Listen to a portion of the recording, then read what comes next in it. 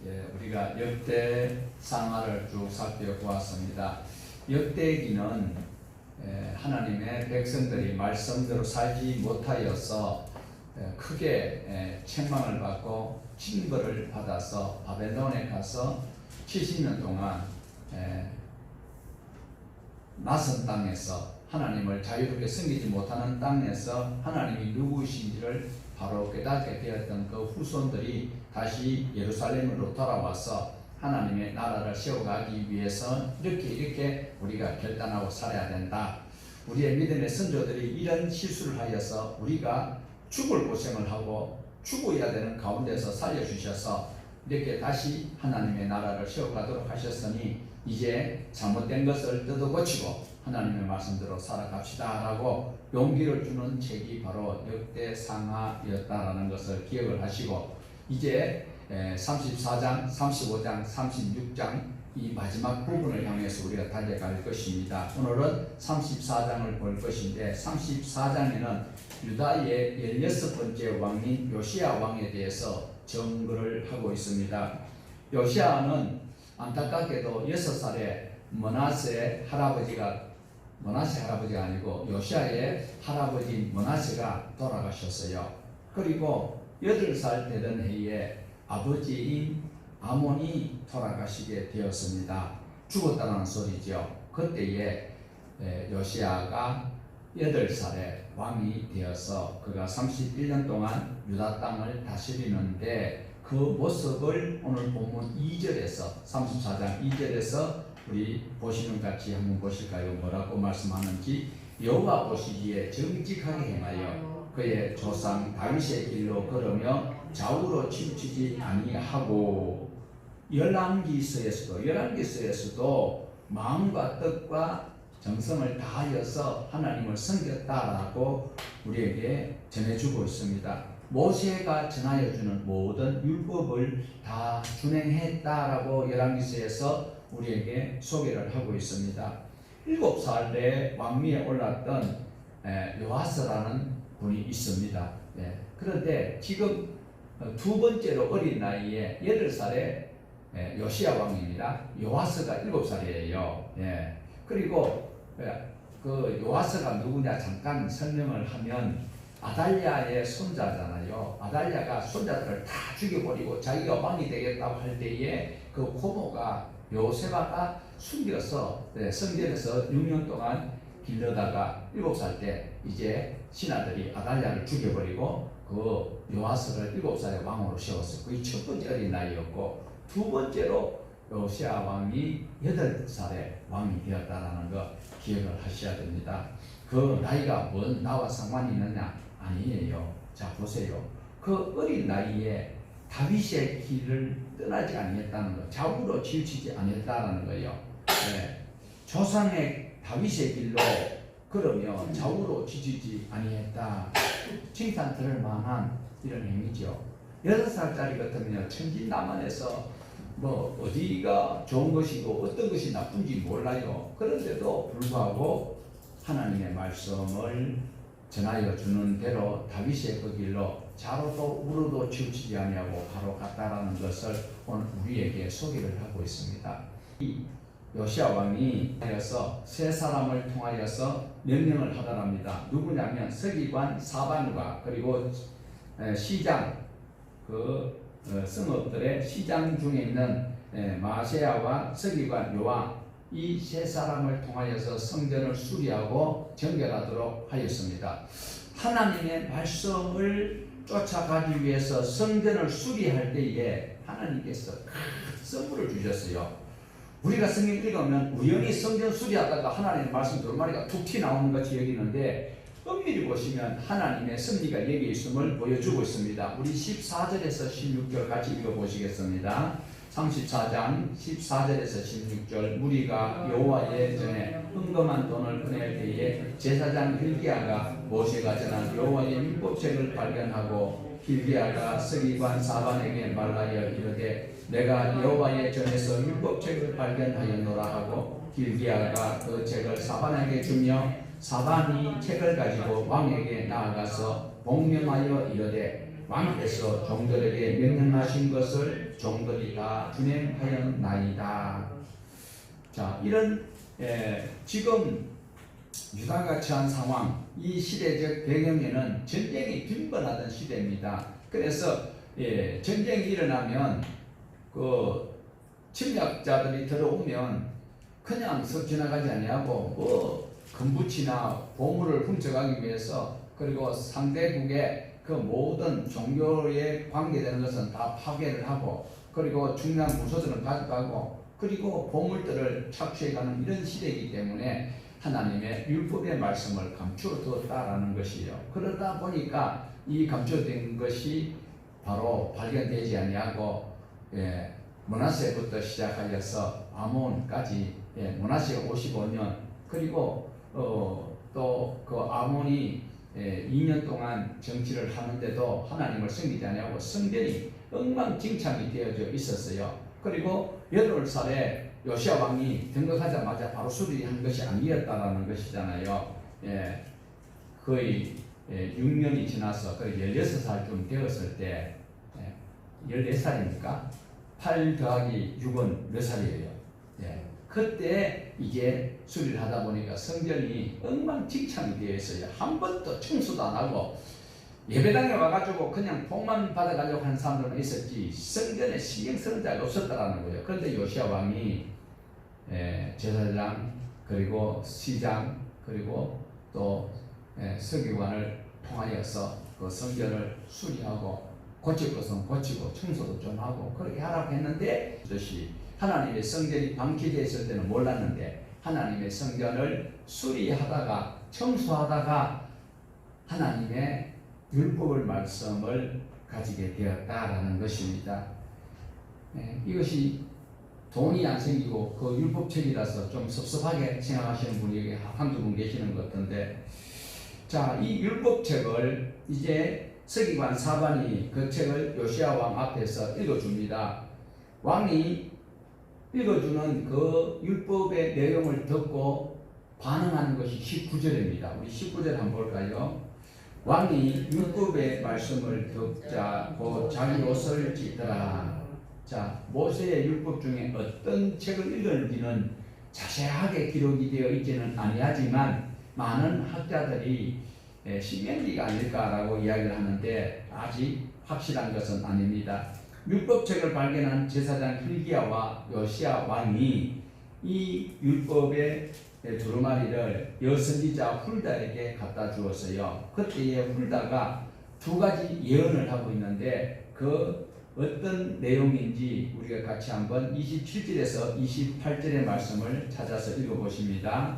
내가 이복과 그 말한 것을 네가 듣고 마음이 연약하여 하나님 앞고 내 앞에서 겸손하여 옷을 찢고 통곡하였으므로 나도 네 말을 들었노라. 여호와가 말하였느니라. 그러므로 내가 네게 너의 조상들에게 돌아가서 평안히 묘실로 들어가게 하리니 내가 이곳과 주민에게 내리는 모든 재앙을 네가 눈으로 보지 못하리라 하셨느니라. 이에 자신들이 왕에게 공명하니라. 자, 이 두루마리의 말씀이 이런데 하면서 여선지 훌다에게 가져가니까 여선지자가 하시는 말씀은 하나님의 말씀이 그 율법을 듣고 네가 옷을 찢고 경배하는 모습을 하나님이 보셨대요. 그래서 그 돌려주시는 상급이 무엇이냐면 두 가지 소식입니다. 하나는 좋은 소식이고 하나는 나쁜 소식이에요. 좋은 소식은 바로 28절의 상반절 보면 내가 내게 너의 조상들에게 돌아가서 평안히 모실로 들어가게 하리라. 평안히 죽도록 해주겠다라는 것입니다. 이것이 좋은 소식일까요? 죽는다는데. 그런데 하나님의 입장에서 볼 때 사랑하는 자가 고난과 혼란 가운데서 그 모든 어려움을 겪지 않도록 하나님께서 데려가시겠다라는 거예요. 하나님께서 스카우트 해가겠다는 거예요. 이 환란 많고 시기, 질투, 다툼, 막 원망, 이 지옥 같은 이 땅에서 그냥 내버려 두지 아니하고 하나님께서 일찍 데려갔다는 것이 우리 입장에서는 섭섭하고 아쉽잖아요. 39살에 돌아가셨어요, 이분이. 그렇지만 나쁜 소식은 또 무엇인가 하면 나라가 망한다라는 거예요. 요시야 왕이 죽고 난 다음에 4명의 왕이 들어서는데 4명의 왕이 지금까지 있었던 선대 왕들이 했던 것과 전혀 상관없는 일들을 하였기 때문에 결국 훌다의 그 예언대로 하나님이 지나해 주신 말씀대로 요시아는 바로 무기토에서 아마겟돈 지역에서 전사를 하게 되고 그리고 하나님의 말씀이 응하는 것을 볼 수가 있습니다. 그런데 요시아 왕은 성전으로 올라갈 때에 백성들을 다 불러서 이 두루마리 책을 읽어서 다 듣도록 하는 거예요. 그 왜 다 들어야 되는가? 여러분 믿음은 어디서 납니까? 그 큰 교회 창고에 들어가야 있습니까? 아니면 큰 교회 예배당에 가야 있습니까? 아니, 하나님 말씀을 듣는 데 있는 거예요. 자, 우리 32절에서 33절입니다.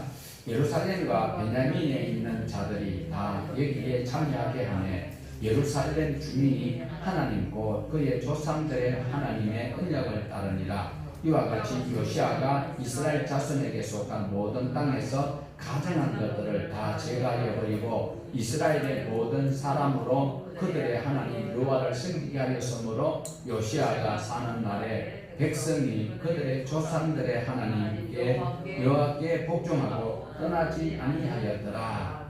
요시아가 바르게 신앙하고 바르게 살아가니까 그때에 백성들이 여호와의 말씀에 다 복종하고 따랐다.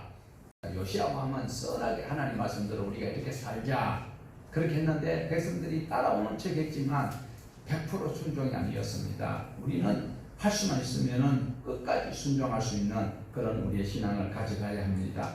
자, 보세요. 므낫세 왕 한 사람 때문에 하나님께서는 유다를 멸하시겠다고 벌써 계획을 하셨어요. 우리 인간으로 말하면 마음으로 다짐을 하셨다는 거예요. 유다를 멸해야 되겠다. 므낫세가 너무 악한 짓을 했기 때문에. 그래서 하나님께서 유다를 멸하시려고 작정하셨는데 요시아가 너무 하나님의 말씀대로 살아가니까 하나님께서 어떻게 해요? 요시아가 사는 날 동안에는 그것을 집행을 유예하셨다라는 것입니다. 당연히 멸망받아야 될 유다 땅이었지만 한 사람의 잘못으로 인하여서 아담이 잘못함으로 우리 모두가 다 죽게 되었어요. 그런데 예수 그리스도가 오심으로 우리 모두가 다 살게 되었어요. 모두 다 아닙니다. 예수 믿는 사람만 살게 되었다라는 거예요. 자, 우리 세상에서 흔한 말이 자리가 사람을 만든다라고 이야기해요. 예, 그런 아주 작은 부분은 맞는 말이에요. 예. 자, 그런데 실제로 여기서 우리가 오늘 본문을 그리고 제가 말씀드렸듯이 자리가 사람을 만드는 것이 아니었다라는 것이 증명이 됩니다. 므낫세가 왕이 되었습니다. 왕자리가 다윗이 왕이 되었을 때는 얼마나 좋았습니까? 그런데 다윗이 만들어 언약하고 세워놨던 그 나라가 솔로몬 때에 너무 소비를 다 해버리고 나니까 나라가 아들의 때에 두 나라로 갈라졌습니다. 자, 그게 잘못이잖아요. 그 자리가 훌륭하게 하나님의 제사장 나라를 이끌어가지 못했다라는 거예요. 출애굽기 19장 5절에서 6절의 말씀대로 못 살았어요. 그런데 자, 므낫세는 더 악한 일을 하여서 그러니까 하나님께서 이 나라를 없애버려야 되겠다. 한 사람 때문에 나라를 없애버려야 되겠다라고 하나님께서 마음을 잡수셨어요. 그때에 요시아 왕 한 사람 때문에 다시 기회를 얻게 되었습니다. 그러니까 자리가 사람 만드는 거 아닌 것 맞죠? 사람이 환경을 바꾸는 거예요. 하나님 말씀대로 살아가는 사람. 그러니까 여러분 한 사람 한 사람이 매우 중요하다는 거예요. 어떤 사람으로? 하나님의 말씀으로 거듭난 자가 될 때에 하나님께서는 우리를 통하여서 우리 한 사람을 통하여서 내가 속한 가정과 그리고 직장과 공동체와 나라가 살게 된다는 거예요. 한 사람 때문에 살게 돼요. 그러니까 여러분 한 분 한 분이 매우 귀중하다는 것입니다. 이스라엘 백성들이 바벨론에서 포로로 돌아와서 요시아 왕이 했던 이 행적을 바라보면서 어떤 삶과 신앙을 느끼게 되었을까요? 이제 우리 자식들에게 하나님의 말씀을 바로 좀 전도를 해야 되겠다. 딴짓하지 말고 돈벌이만 몰두하지 말고 건강만 챙기지 말고 하나님의 말씀대로 내 자녀들에게 교육을 시키지 못한 것을 이들이 뼈저리게 느끼는 거예요. 그리고 나 또한 하나님의 말씀대로 교회만 가방 들고 왔다 갔다 했지 내가 했는 것이 무엇이 있는가? 좀 더 열심히 살았으면 더 좋았을 걸. 이걸 요시아 왕이 했던 기록을 통하여서 역대기를 기록하였던 이 말씀 안에서 그들이 반성하고 뉘우치는 거예요. 오늘 또 교회 와서 병 고치고 교회 한번 왔다 갔기 때문에 나는 천국 가는 것으로 착각하게 만드는 이 진짜 구원파 같은 이런 설교는 때 부숴야 돼요. 바로 가루를 만들어서 그들이 섬기는 우상 숭배자들 앞에 뿌려야 돼요. 하나님의 말씀대로 다시 뉘우칠 수 있는 이 요시아의 신앙관을 가지고 그 결단을 우리가 배워가야 한다는 것입니다. 요시아는 8살에 왕위에 올랐습니다. 31년간 치리하였지만 39살까지 살았고, 그리고 나중에는 안타까운 일이, 우리가 볼 때는 안타까운 일이지만 8살에 왕위에 올랐을 때에 그의 그 통치 평가는 하나님께서 아주 후한 평가를 하셨습니다. 하나님 보시기에 정직하고 다윗의 길로 행하여서 자로나 우로나 치우치지 아니하였다라는 이런 좋은 평가를 얻게 되었습니다. 또한 8살에 올라서 8년이 지나가니까 16살이죠. 16살 청년기에 그 다윗의 조상 하나님을 비로소 찾았다고 말씀을 하고 있습니다. 자, 잘 들읍시다. 하나님이 찾는 것 매우 중요합니다. 16살에 하나님 만나게 된 것 굉장히 중요한 것입니다. 하나님은 찾았는 것 굉장히 중요해요. 그 다음에 찾았으면 어떻게 해야 돼요? 죄를 없이하고 우상을 안 섬기는 것 굉장히 잘한 일이에요. 그러나 요시아 왕이 여기서 주장하고자 하시는 것은 무엇인가 하면 바로 하나님을 섬기는 그 신앙 생활을 강조하고 있습니다. 오늘 저와 여러분이 예수님을 믿게 된 것 굉장히 축하합니다. 오늘 교회에 오신 것 굉장히 잘한 일입니다. 그러나 교회에 온 것으로 만족해서는 안 되고 무엇을 해야 할까요? 아버지께서 우리에게 하라고 하는 일을 할 때에 하나님과 관계가 있다라는 거예요. 자, 앞에 화면 한번 보십시다. 마태복음 7장 21절 우리 예수님께서 말씀하셨어요. 무조건 다 천국 가는 건 아닙니다. 교회 온다고 천국 안 갑니다. 이 자리에 앉아 계신다고 천국 가는 건 아니란 말이에요. 자, 말씀 읽어봅니다. 나더러 주여 주여 하는 자마다 다 천국에 들어갈 것이 아니요 다만 하늘에 계신 내 아버지의 뜻대로 행하는 자여다. 주여 주여 다 하지요. 교회에서 막 워십 댄스 하고 막 열린 예배, 막 닫힌 예배, 온갖 예배 다 드리잖아요. 예. 그래가지고 어느 누구나 다 오라, 아무나 다 오라, 전부 다 구원 얻는다. 사기꾼들입니다. 우리 예수님께서 하신 말씀은 전혀 아닙니다. 아버지의 뜻대로 하지 않으면 어디에 못 간다고? 그런데도 교회에서는 목사들이 이 앞에 서가지고 교회에서 주는 사례금을 받아가면서 거짓말을 열사를 하고 있습니다. 여러분 이 자리에 앉아가지고 헛짓하면 천국 못 간다는 거예요. 자, 핸드폰 전부 다 접으세요. 하나님 말씀대로 살아가기를 결단하고 결단만 해서도 안 되는 거예요. 이 문 나가서 그렇게 살아가야 하는 거예요. 그냥 주여 주여 한다고 하나님께서 지성이면 강천이다. 그거는 무당들이 하는 소리고 우리 하나님은 하나님의 말씀대로 안 살면 눈 감아버리십니다. 조심하셔야 되겠지요. 그래서 우리가 요시아 왕의 하는 그 과정을 잘 보십시오. 8살에 다윗의 그 길로 좌로우로 치우치지 아니하는 것까지 좋았지만 그 다음 우상의 길을 다 없애고 그리고 어떻게 했어요? 하나님의 율법책을 발견하고 그것을 백성들에게 읽어주면서 읽어주는 것으로 끝나는 것이 아니라 다 이렇게 지킵시다 하니까 다 아멘 했어요.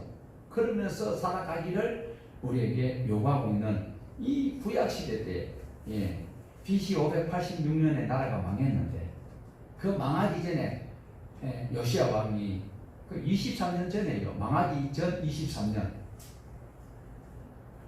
그러니까 우리도 교회 근성으로 왔다 갔다 하고 종교생활 해가지고는 천국에 간다라고 자기 혼자만 위로받지 주님이 그 들어올 수 있는 비자를 도장찍이 준 적은 없다라는 거예요. 아, 나 예수 믿었는데 세례 받았는데 교회에서 내가 직분 받았는데 천국에 못 가요. 못 가. 아버지의 뜻대로 하기 위해서 두렵고 떨림으로 구원을 이루는 것 힘듭니다. 정말 너무 힘들어요. 하나님의 말씀을 듣고 나가면 이 악마들이 와서 다 뺏어가 버리는데요. 큰 환란이 눈앞에 보이는데요. 여러 가지 다급한 일이 보이는데요. 그러나 우리는 다급한 일보다도 중요한 일부터 해야 돼요. 중요한 일은 하나님의 말씀을 바로 배우고 바로 실천에 옮길 때에 환란이 와도 시험이 와도 고난이 와도 사망의 엄침한 골짜기에 설지라도 주님께서 우리를 안전하게 보호해 주십니다. 막대기와 지팡이요. 그냥 죽여 한다고 웃기지 말라는 거예요.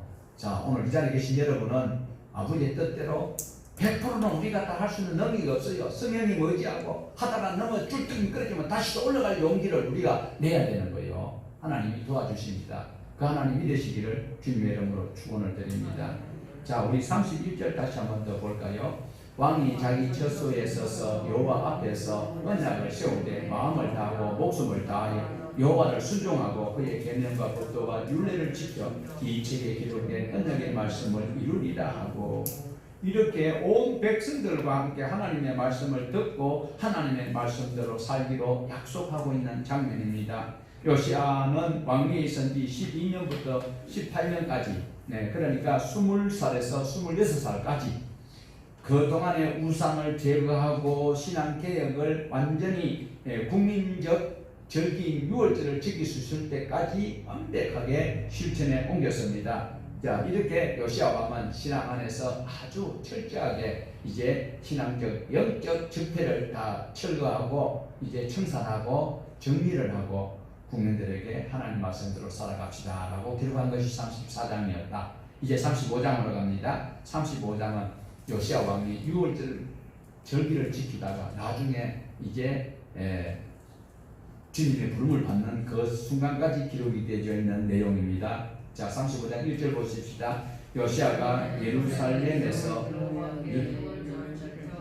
첫째 달 14째 날에 6월절 어린 양을 잡으니라. 자, 우리가 지난 전번 시간에 보았던 역대하 30장에 히스기야가 6월절을 지키는 것 또한 살펴보았습니다. 히스기야가 왕위에 오른 때에 성전의 문을 열고 그리고 대대적인 성전 청결과 그리고 모든 기구들을 제자리에 재배치를 하고 이제 6월절을 지키려고 하였는데, 이 과정이 1월 14일이 6월절이 정해진 날짜예요. 하나님이 지키라고 한 날짜. 그런데 이 절기를 지키기 위해서 준비하니까 이거 바로 어떠냐면 우리 교회가 이전을 하여서 막 준비를 하다 보니까 주일날 예배 드릴 수 있는 그런 아직 처소가 마련이 안 됐다라고 비교할 수 있어요. 그래 하다 보니까 이게 다 마무리가 안 되어서 하나님 어떡합니까? 오늘 1월 14일인데 그래서 한 달 더 연기해도 되겠습니까? 하나님께서 되고 말고 하나님은 성결적으로 최선을 다했거든. 그래서 1월 14일을 하지 못하고 히스기야 때는 2월 14일 한 달 뒤에 2월 14일 날 하였습니다. 그래서 히스기야는 신앙의 계획을 하였다면 요시아 왕은 1월 14일 날 정확하게 그날에 6월절을 지킬 수 있는 그런 환경이 되었습니다. 왜? 다져진 그 모든 환경을 재정리하고 그리고 이제 요시아 왕은 신앙의 계획을 완수한 이후에 바로 정한 시기에 정한 때에 하나님 앞에 6월절을 지키게 되었다라는 것입니다. 이렇게 6월절을 지키는데 요시아 왕이 얼마나 솔선수범을 하였는지 정말 다윗보다도 훌륭한 왕이 아니다고 누구도 말할 수 없다라는 겁니다. 자, 가장 먼저 해야 될 일은 6월절을 지키는데 제사장이 성결해야 된다. 제사장이 정직해야 되고 제사장이 개혁해야 된다는 거예요. 그래서 제사장들에게 가장 먼저 어떤 권한을 주는지 2절을 우리 다시 한번 보십니다. 왕이 제사장들에게 그들의 직분을 맡기고 격려하여 여호와의 전에서 직무를 수행하게 하고, 요시아 왕이 제사장들에게 격려를 하였다. 이것은 힘을 돋워주고 그리고 권한을 더 부여하였다라는 말씀으로 우리에게 소개를 하고 있습니다. 우리 모두도 다 마찬가지입니다. 마지 못하여서 하는 것은 성의가 없이 하는 일은 그 보면 일들이 완벽하지 못합니다. 그러나 내가 자원하여서 돋워주고 힘을 돋워주고 그리고 실권자가 나에게 그것을 위임하였을 때 그때는 정말 그 일들의 효과가 배가 되는 것을 우리는 얼마든지 눈여겨 볼 수도 있고 경험하였습니다. 이렇게 해서 6월절을 지키는 것은 아주 중요한 일이기 때문에 제사장들이 성결해야 된다. 제사장의 등록은 지금도 마찬가지입니다. 목사들은 성결해야 되고 여러분은 아무렇게 살아도 된다. 아니 여러분도 완인 제사장이라고 사도 베드로가 말씀을 하셨어요. 자, 우리 6절을 보시겠습니다. 스스로 성결하게 하고 6월절 어린 양을 잡아 너희 형제들을 위하여 준비하되 여호와께서 모세를 통하여 전한 말씀을 따라 행할지니라. 자, 제사장의 제일 덕목은 성결해야 되잖아요. 하나님의 전에 그 제사를 지낼 때는 성결하지 못하면 죽어버립니다. 대제사장이 지성소에 들어갔을 때에 옷에 방울 달아서 딸랑딸랑딸랑 하는 것이 소리가 나면 아직 제사장이 죄를 안 지어서 제사를 지내고 있는구나. 그런데 바깥에서 들어보니까 딸랑딸랑 소리가 안 나. 제사지에다가 제사장이 자기 지은 죄 때문에 죽어버렸다는 거예요. 그러면 그 들어가면 다 죽어. 그래서 줄을 가지고 시신을 당겨내서 장례를 치렀던 것이 바로 우리 레위기에서 쭉 볼 수 있었던 것처럼 제사장은 성결해야 돼요. 여러분 제사장이요 안 제사장이요? 그러면 성결해야 되겠지요. 예, 속에 연기를 피우거나 구름을 피우고 이러면 안 돼요. 깨끗해야 돼요. 바깥도 깨끗해야 되고 속도 깨끗해야 돼요. 겉으로는 추여가면 속으로는 내가 이러면 안 된다는 거예요. 오늘 우리는 겉과 바깥이 그리고 안과 속이 똑같아야 되지요. 옷감 전문자를 줬습니다. 자, 이렇게 해서 유대인들을 그 습관은 무엇인가 하면 6월절을 맞이할 때 짐승은 누가 잡아야 돼요? 6월절 제사를 드릴 때에 짐승은 가정의 대표인 가장이 잡아요.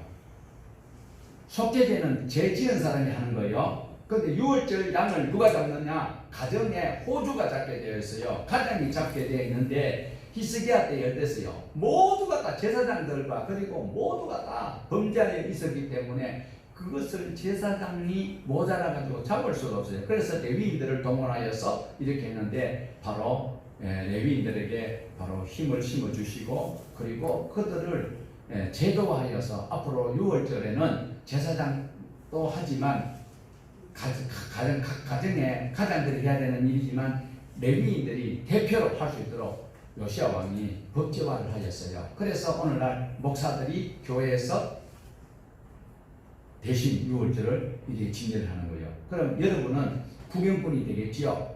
맞지요? 왜 아니요? 여러분 구경꾼이고 저는 지금 막 위임받아서 해야 돼요. 그런데 교회에서는 여러분이 다 나와가지고 여기서 진행하려고 하면 어떻게 해요? 혼란하고 순수가 엉망이잖아요. 그래서 일단은 교회에서는 제가 하고 여러분은 가정에서 그리고 직장에서 여러분이 소속된 공동체에서는 여러분이 제사장이 되어서 해야 되는 거예요.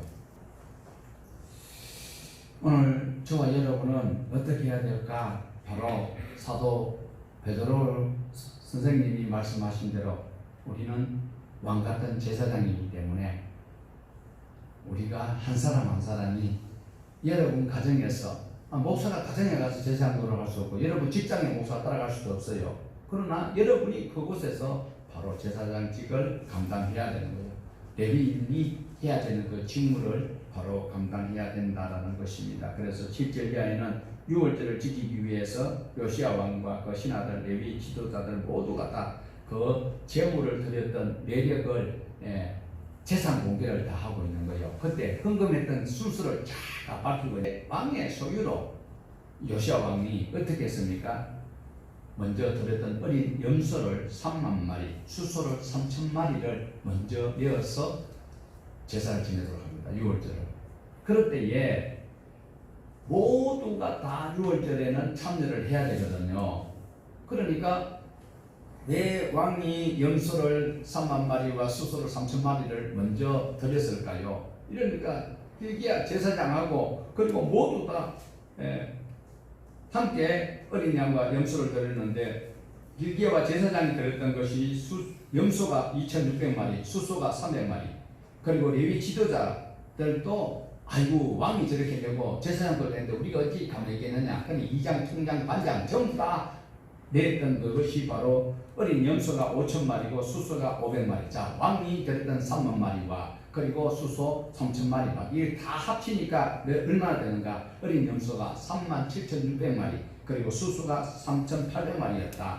자, 히스기야 때 드렸던 제물보다도 2배가 됩니다. 솔로몬이 드렸던 것은 1000마리밖에 안 되는데 지금 이렇게 드렸던 이유가 무엇인가 하면 하나님의 말씀대로 우리 모두 다 살아갑시다라고 격려하고 독려하던 요시야 왕의 마음에는 이 중에서 유월절을 지키지 못할 형편의 어려운 자들이 있으니까 그분들이 부담 없이 올 수 있도록 하기 위해서 모두가 다 함께 이렇게 해서 함으로 유월절을 부담 없이 온 국민이 참여할 수 있도록 이렇게 귀한 사랑을 베푸는 것을 볼 수가 있습니다. 이렇게 하기에 유월절 제사에 동참하지 못하는 국민이 없고 백성이 없는 것을 해결하기 위한 요시야 왕의 아주 신실한 신앙의 결단력이었다라는 겁니다. 우리 말에도 있지요. 사람은 혀끝에 있지 않고 손끝에 있다고. 자, 6월절 준비가 철저했던 만큼 진행도 차질 없이 잘 진행이 되고 있습니다. 계속 본문을 보면 레위인들은 양과 염소를 잡았고 제사장들은 그 피를 제단에 뿌리고 바르고 노래하는 자들과 문지기자들 그들은 각자 위치에서 제 역할을 잘 감당하였습니다. 이렇게 이루어진 유월절 절기에 대해서 우리에게 소개하고 있는 것은 35장 17절에서 19절입니다. 그때에 모인 이스라엘 자손이 유월절을 지키고 이어서 무교절을 7일 동안 지켰으니 선지자 사무엘 이후로 이스라엘 가운데서 유월절을 이같이 지키지 못하였고 이스라엘 모든 왕들도 요시아가 제사장들과 레위 사람들과 모인 온 유다와 이스라엘 무리와 예루살렘 주민과 함께 지킨 것처럼 유월절을 지키지 못하였더라. 요시아가 왕위에 있은 지 18개 해에 이 유월절을 지켰더라. 요시아 왕이 유월절을 얼마나 정성껏 드렸던지 사무엘 이후로 이런 유월절을 지킨 적이 없더라라고 말씀을 하고 있습니다. 히스기야 왕도 큰 유월절을 지켰지만 요시아 왕만큼 하지 못했다. 요시아 왕 한 사람이 마음과 뜻과 정성을 다하여 온 나라가 함께 하나님 앞에 유월절을 이렇게 지키는 것을 우리는 본문을 통해서 뚜렷이 볼 수가 있습니다. 그러므로 오늘 저와 여러분은 제사장 된 여러분은 가정과 직장에서 그리고 어느 삶터에서라도 제사장 직분 레위인으로서 구별된 자로서 예수 믿는 자로서 성실히 신앙을 하고 이 일을 준행하려고 하면 하나님께서는 나를 통하여서 하나님의 크신 일들을 집행해 나가신다는 사실입니다. 35장 20절 이하에 보면 요시아의 죽음에 대해서 나오고 있는데 안타까운 장면이 나옵니다. 이렇게 훌륭한 왕이 유월절을 잘 지키기 위해 하나님 앞에 평안히 먹고 살 수 있는 이런 주변 환경이 아니라 국제 정세가 급변하게 되었습니다. 아수르 제국이 바벨론 제국의 점령을 당하게 되는 이런 일들이 생겼습니다. 자, 이렇게 해서 요시아 왕이 유월절을 잘 지키고 이랬는데 하나님께서 훌다 선지자를 통하여서 편안히 묘실에 들어가게 할 것이다 라고 말씀하셨어요. 전쟁에 그런 험한 걸 안 보고 해주신다라는 그 말씀이 있기는 있었는데 이게 이렇게 속히 올 줄은 아무도 몰랐다라는 거예요. 이 요시아 왕이 전쟁에 가담하게 되는 거예요. 그때에 우리 본문 말고 저 화면에 보는 것은 세 번역인데요. 훨씬 더 이해하기가 쉬워요. 역대하 35장 21절을 우리 같이 한번 읽어보실까요? 너고가 요시아에게 전령을 보내어 말하였다. 유다의 왕은 들으시오. 왕은 왜 나의 일에 관여하려 하오. 나는 오늘 왕을 치려고 온 것이 아니라 나와 싸움을 벌인 족속을 치려고 나선 것이요. 하나님께서 나에게 속히 가라고 명하셨소. 그러니 하나님이 나와 함께 계시오. 하나님께서 멸망당하지 아니하며 하나님을 거역하는 일을 어서 멈추시오. 하나님께서 지금 너고 애굽의 왕이 너고거든요. 너고를 통하여서 지금 자기와 대적하고 있는 바벨론을 무찌르러 간다 이 소리를 하고 있는데 그러니까 하나님이 내게 명령했으니까 요시아 왕 당신이 하나님께 멸망을 당하지 아니하거든 이 일에 관여하지 말라 했는데 그런데 이 말이 거짓말일까요? 참말일까요? 참말이었어요.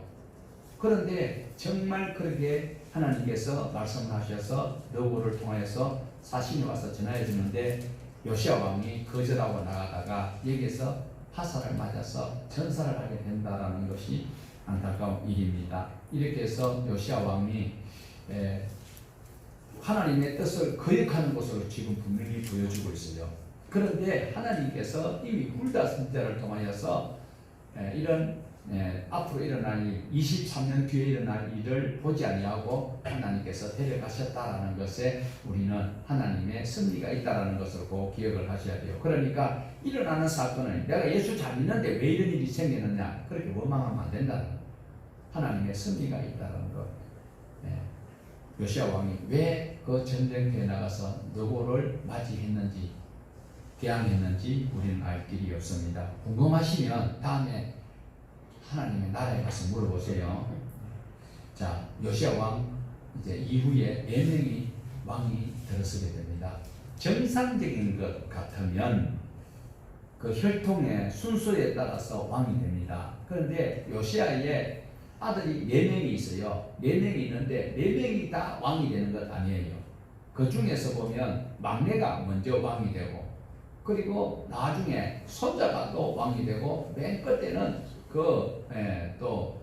마따디아가 시드기야로 이름을 바꾸었는데 그 시드기야가 마지막 왕이 되거든요. 그런데 그것이 23년밖에 안 돼요.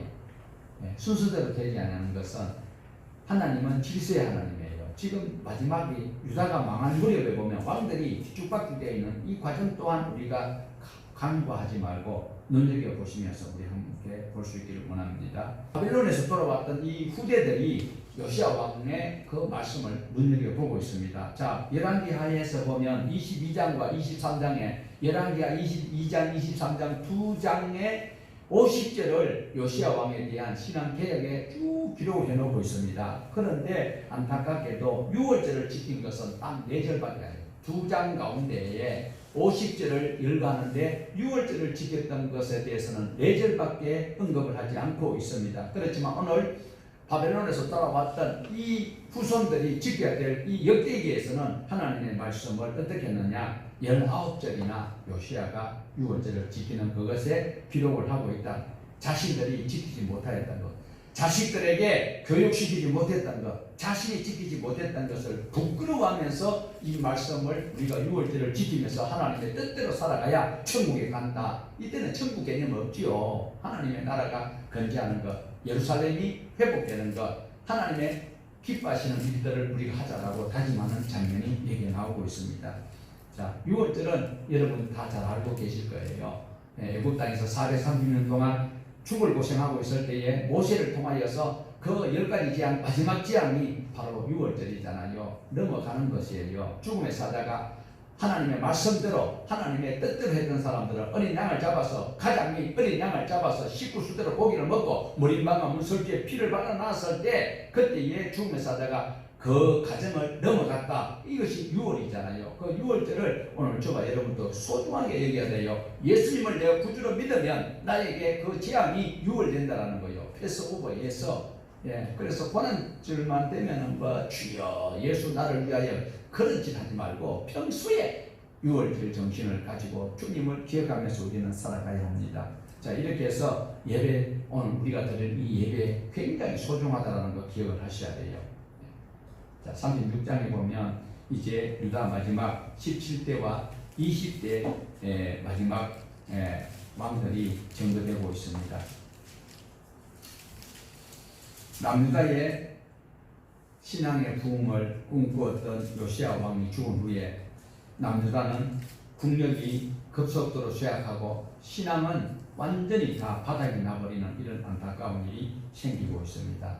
몇 년 후에요? 요시야 왕이 죽고 23년쯤 되니까 완전히 고갈되었습니다. 자, 우리가 36장 1절과 4절에 보면 17째 왕인 요시야 왕의 막내지요, 막내. 요아하스인데 그 이름이 살룸이라고 추적을 하면 나와요. 이 살룸은 요아하스는 23살에 등극하였다가 불과 3개월 만에 애굽에 끌려가서 죽게 되는 것입니다. 유다 임금님들이 20명 되는데 그 중에서 제일 단명하고 통치 경력이 짧아요. 3개월밖에 못했습니다. 여호와서를 끌고 가서 죽인 애굽의 왕이 바로 느고 왕입니다. 요시아의 마지막 아들이었지요. 그런데 그가 순서가 뒤바뀐다고 하는 말씀이 여기 있습니다. 정상적인 나라였더라면, 정상적인 그런 통치 시대였다면 왕이 죽고 나면 그 다음에 장자가 당연히 왕이 세습이 되는데, 지금은 요시아 왕이 죽고 신앙이 엉망진창이다 보니까 지금 애굽의 느고가 와서 바로 살룸을 이름을 바꿔가지고 요아하스라고 이름을 바꿔버렸습니다. 이름을 바꾼다라는 것은 굉장히 소중합니다. 이름을 짓는다라는 것은 그만큼 자기가 우위에 있다는 거예요. 권한이 있다는 거예요. 그래서 애굽이 바로 유다 왕의 이름을 바꿔버리는 것은 애굽이 유다보다 더 강대국이고 우위에 있다라는 것을 말하고 있어요. 그래서 살룸이 여호아하스로 이름이 바뀌어버렸어요. 그래가지고 이따가 3개월 통치하다가 끌려가서 애굽에서 죽어요. 그 다음에 누가 또 하게 될까요? 자, 5절 한번 보십시다. 왕이 오를 때에 나이가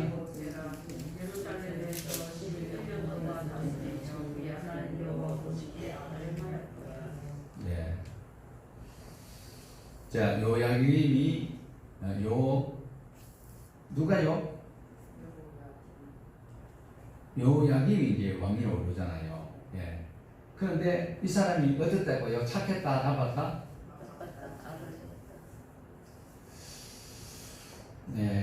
그 하반절에 보면 그의 하나님 여호와 보시기에 악을 행하였더라. 12년 동안 다쳐져요. 그 위에 막내가 할 때는 3개월밖에 못했는데, 지금 이 두 번째로 요야김이 이제 왕이 되어서 이게 통치를 11년을 하는데 하나님께서 분노할 짓만 하였다라는 것을 보여주고 있습니다. 우리 모두도 마찬가지입니다.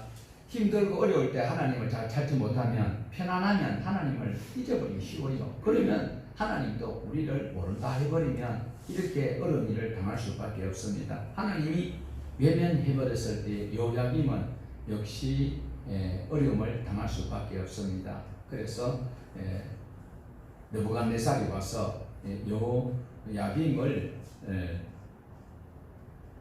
끌고 가면서 요야긴을 또 왕으로 세워놔요. 요야긴. 여호와의 요야김은 바로 요시아의 손자인데, 원칙으로 하면 아들이 돼야 되는데 아들이 하나 아직 있거든요. 그런데 아들이 2명이 더 남아있어요. 그런데 아들을 안 세우고 손자를, 지금 이거 정상적인 게 아니라 바벨론 왕이 이렇게 또 세워놓고 간다라는 것입니다. 자, 우리 9절을 한번 볼까요? 요야김이 왕 위에 오를 때에 나이가 8세라. 여호와께서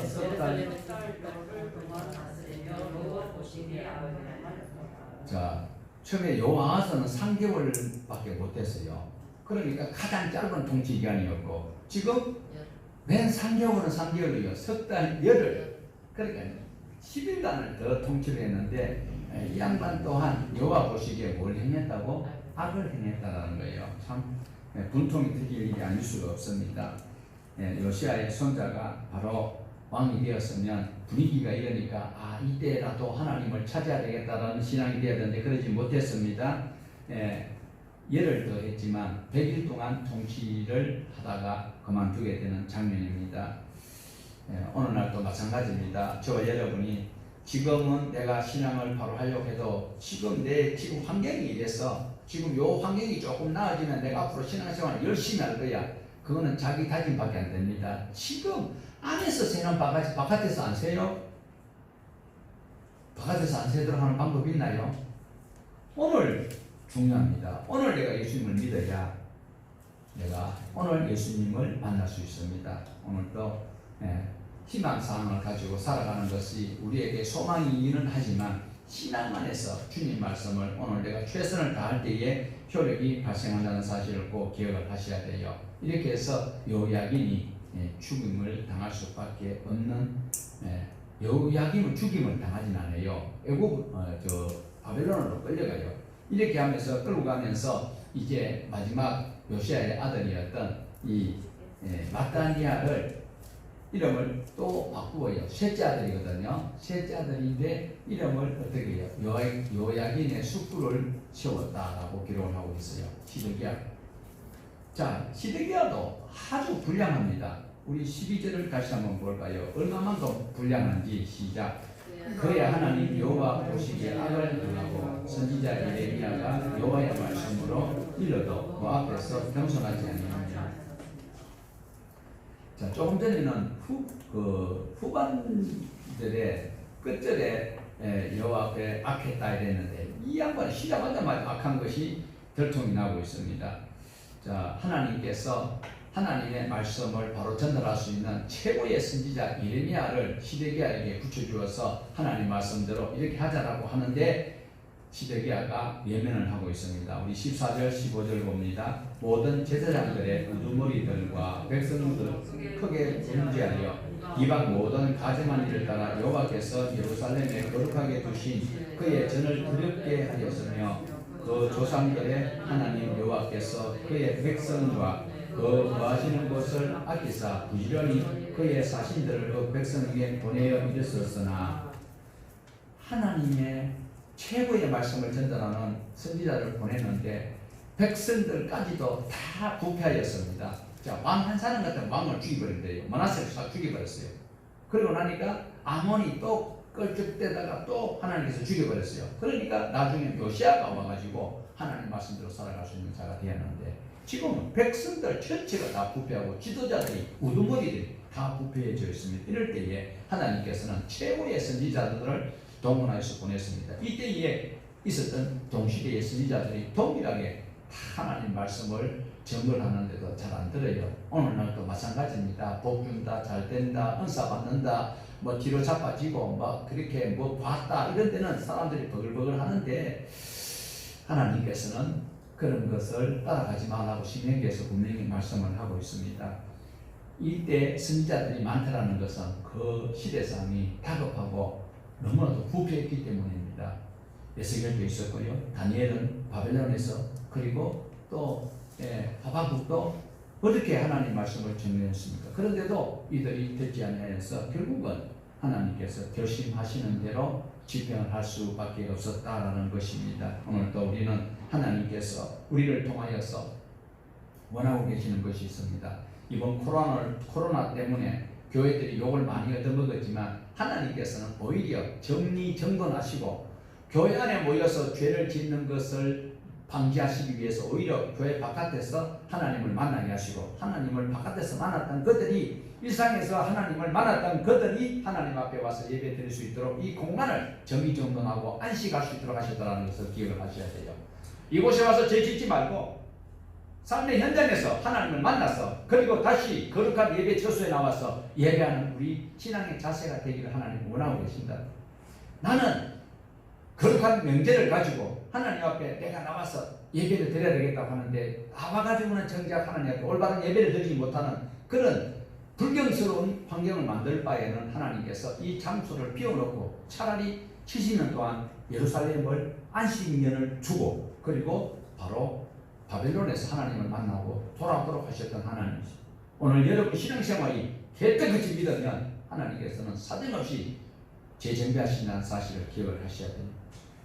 자, 우리가 은혜를 받아야 될 말씀이 바로 하나님께서는 망해버리는 하나님의 나라가 아니라 다시 소망을 두고 우리에게 소망을 주고 소망을 두고 하시는 말씀이 22절 23절입니다. 같이 한번 보십시다. 바사의 고레서 왕 원년에 여호와께서 예레미야 입으로 하신 말씀을 이루시려고 여호와께서 바사 고레서 왕의 마음을 감동시키시매 그가 온 나라에 공포도 하고 조소도 내려 이르되 바사 왕 고레서가 이같이 말하노니 하늘의 신 여호와께서 세상 만국을 내게 주셨고 나에게 명령하여 네가 예루살렘에 성전을 건축하라 하셨나니 너희 중에 그의 백성된 자는 다 올라갈지어다. 너희 하나님 여호와께서 함께 하시기를 원하노라 하였더라.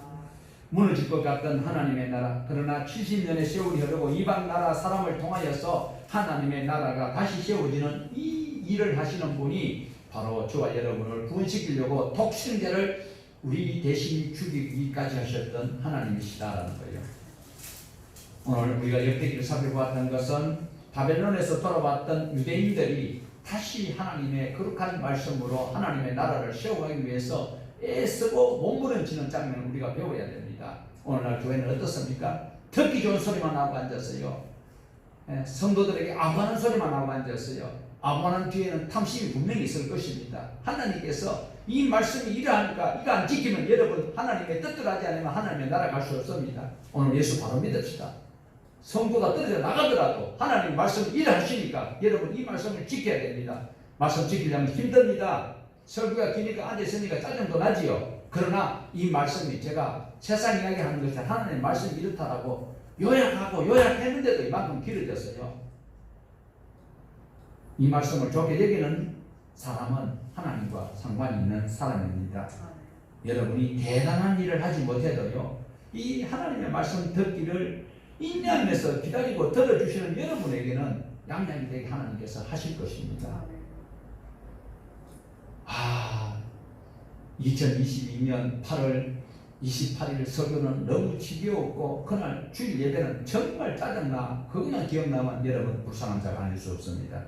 오늘 또 말씀에 순종해서 하나님을 사랑하는 자가 되어서 하나님을 기쁘게 하시는 자, 다른 날의 첫날보다도 이 자리에 한 날, 한 시간이 귀중하다고 고백하는 여러분을 통하여서 하나님께서는 하나님의 나라를 세워가시는 것을 기억을 하시고 그 일에 최선을 다하시기를 주님의 이름으로 축복합니다.